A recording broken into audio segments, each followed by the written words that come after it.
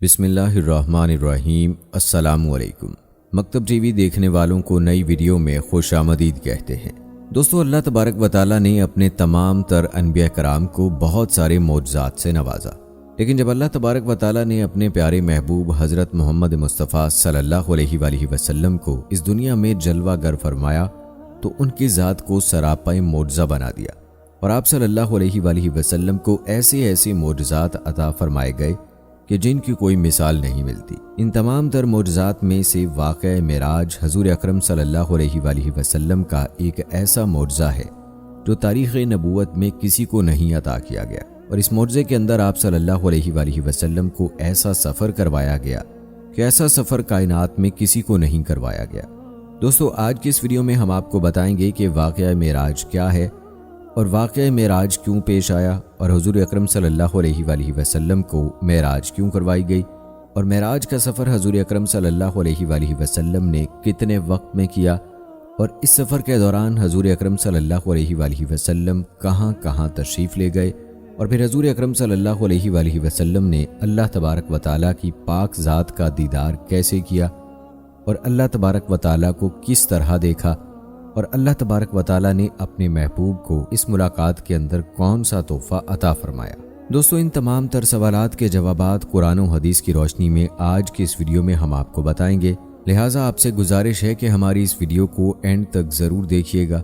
دوستو، یہ نبوت کا 11واں سال تھا، جس سال کے اندر حضور اکرم صلی اللہ علیہ وآلہ وسلم کو بہت ساری تکالیف کا سامنا کرنا پڑا۔ اس سال کے اندر آپ صلی اللہ علیہ وآلہ وسلم کے چچا حضرت ابو طالب بھی انتقال فرما چکے تھے، اور آپ صلی اللہ علیہ وآلہ وسلم کی زوجہ محترمہ حضرت خدیجہ الکبریٰ رضی اللہ تعالی عنہا بھی انتقال فرما چکی تھی۔ ان کے انتقال کے بعد آپ صلی اللہ علیہ وآلہ وسلم غمزدہ رہنے لگے، اور پھر طائف کے اندر آپ صلی اللہ علیہ وآلہ وسلم پر ظلم کے پہاڑ گرائے گئے، اور آپ کو طرح طرح سے تکالیف دی گئیں۔ ان تمام تر واقعات کا آپ صلی اللہ علیہ وآلہ وسلم کو بہت گہرا صدمہ لگا، اور آپ صلی اللہ علیہ وآلہ وسلم پریشان رہنے لگے۔ جب اللہ تبارک و تعالیٰ نے اپنے پیارے حبیب حضرت محمد مصطفیٰ صلی اللہ علیہ وآلہ وسلم کو اس طرح پریشان دیکھا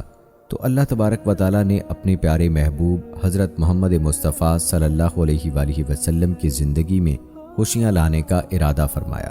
تو اللہ تبارک و تعالیٰ نے اپنے پیارے محبوب حضرت محمد مصطفیٰ صلی اللہ علیہ وآلہ وسلم سے ملاقات کرنے کا ارادہ فرمایا۔ چنانچہ مدینہ ہجرت سے 1 سال پہلے اور نبوت کے 11ویں سال 27 رجب المرجب کی رات کو حضور اکرم صلی اللہ علیہ وآلہ وسلم حضرت ام ہانی رضی اللہ تعالی عنہا کے گھر میں آرام فرما رہے تھے، اور ادھر حضرت جبرائیل علیہ السلام چند فرشتوں کے ہمراہ زمین پر تشریف لائے۔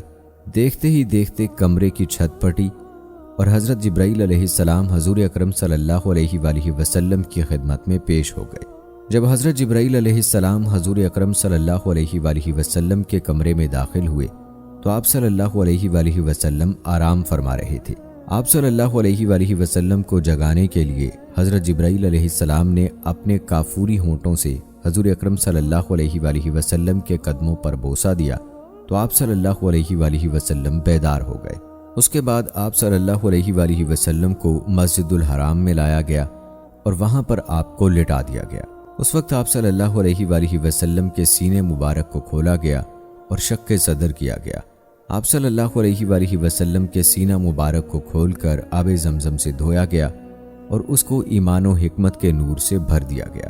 روایات میں آتا ہے کہ آپ صلی اللہ علیہ وآلہ وسلم کا یہ شق صدر 4تھی مرتبہ ہوا۔ 4تھی مرتبہ آپ صلی اللہ علیہ وآلہ وسلم کے سینہ مبارک کو اس وجہ سے کھولا گیا تاکہ آپ صلی اللہ علیہ وآلہ وسلم کے سینے کو ایمان اور حکمت کے نور سے بھر دیا جائے، اور آپ صلی اللہ علیہ وآلہ وسلم کے دل میں اتنی کشادگی اور صلاحیت پیدا ہو جائے کہ آپ صلی اللہ علیہ وآلہ وسلم دیدار الہی کی تجلیات کو برداشت کر سکیں، اور اللہ تبارک و تعالیٰ کا دیدار کرتے ہوئے کلام الہی کو برداشت کر سکیں۔ دوستو، جب حضور اکرم صلی اللہ علیہ وآلہ وسلم کا شق صدر ہو چکا تو اس کے بعد حضور اکرم صلی اللہ علیہ وآلہ وسلم کی خدمت میں جنت کی ایک خاص سواری پیش کی گئی جس کا نام براق ہے۔ یہ ایک سفید رنگ کا جانور تھا جو گدھے سے بڑا اور خچر سے چھوٹا تھا۔ اس سواری پر بیٹھ کر حضور اکرم صلی اللہ علیہ وآلہ وسلم نے معراج کا پہلا سفر شروع کیا، اور آپ صلی اللہ علیہ وآلہ وسلم براق پر بیٹھ کر مسجد حرام سے مسجد اقصی پہنچے۔ وہاں پر تمام انبیاء کرام نے حضور اکرم صلی اللہ علیہ وآلہ وسلم کا استقبال کیا۔ اللہ تبارک و تعالیٰ کے مقرب فرشتوں نے اذان دی اور حضرت جبرائیل علیہ السلام نے اقامت کہی اور حضور اکرم صلی اللہ علیہ وآلہ وسلم نے تمام انبیاء کرام کی امامت کروائی۔ اس کے بعد حضور اکرم صلی اللہ علیہ وآلہ وسلم نے آسمانوں کا سفر شروع کیا۔ جب حضور اکرم صلی اللہ علیہ وآلہ وسلم حضرت جبرائیل علیہ السلام کے ہمراہ پہلے آسمان پر پہنچے تو وہاں پر آپ کی ملاقات حضرت آدم علیہ السلام سے ہوئی، اور دوسرے آسمان پر آپ صلی اللہ علیہ وآلہ وسلم کی ملاقات حضرت یحییٰ علیہ السلام اور حضرت عیسیٰ علیہ السلام سے ہوئی، اور تیسرے آسمان پر آپ صلی اللہ علیہ وآلہ وسلم کی ملاقات حضرت یوسف علیہ السلام سے ہوئی، اور چوتھے آسمان پر حضور اکرم صلی اللہ علیہ وآلہ وسلم کی ملاقات حضرت ادریس علیہ السلام سے ہوئی، اور پانچویں آسمان پر آپ صلی اللہ علیہ وآلہ وسلم کی ملاقات حضرت ہارون علیہ السلام سے ہوئی، اور چھٹے آسمان پر آپ کی ملاقات حضرت موسیٰ علیہ السلام سے ہوئی، اور ساتویں آسمان پر آپ صلی اللہ علیہ وآلہ وسلم کی ملاقات حضرت ابراہیم علیہ السلام سے ہوئی۔ اس طرح حضور اکرم صلی اللہ علیہ وآلہ وسلم باری باری تمام آسمانوں پر تشریف لے گئے اور وہاں پر مختلف انبیاء کرام سے ملاقات فرمائی، اور آپ صلی اللہ علیہ وآلہ وسلم کو ایک آسمان پر مختلف عجائبات دکھائے گئے۔ اس طرح ساتوں آسمانوں کی سیر کرنے کے بعد حضور اکرم صلی اللہ علیہ وآلہ وسلم نے سدرۃ المنتہا کا سفر شروع کیا۔ جب حضرت جبرائیل علیہ السلام سدرۃ المنتہا پر پہنچے تو وہاں پر آپ رک گئے۔ جب حضرت جبرائیل علیہ السلام سدرۃ المنتہا تک پہنچے تو حضور اکرم صلی اللہ علیہ وآلہ وسلم کی بارگاہ میں عرض کرنے لگے، یا رسول اللہ صلی اللہ علیہ وآلہ وسلم، میری حد یہاں تک تھی، میں اس سے آگے نہیں جا سکتا، اگر میں ایک قدم بھی آگے بڑھا تو میرے پر جل کر خاک ہو جائیں گے۔ اس کے بعد حضور اکرم صلی اللہ علیہ وآلہ وسلم نے قاب قوسین کا سفر کیا اور آپ صلی اللہ علیہ وآلہ وسلم اپنے رب کی بارگاہ میں حاضر ہوئے اور قرب الہی کے اس مقام پر پہنچے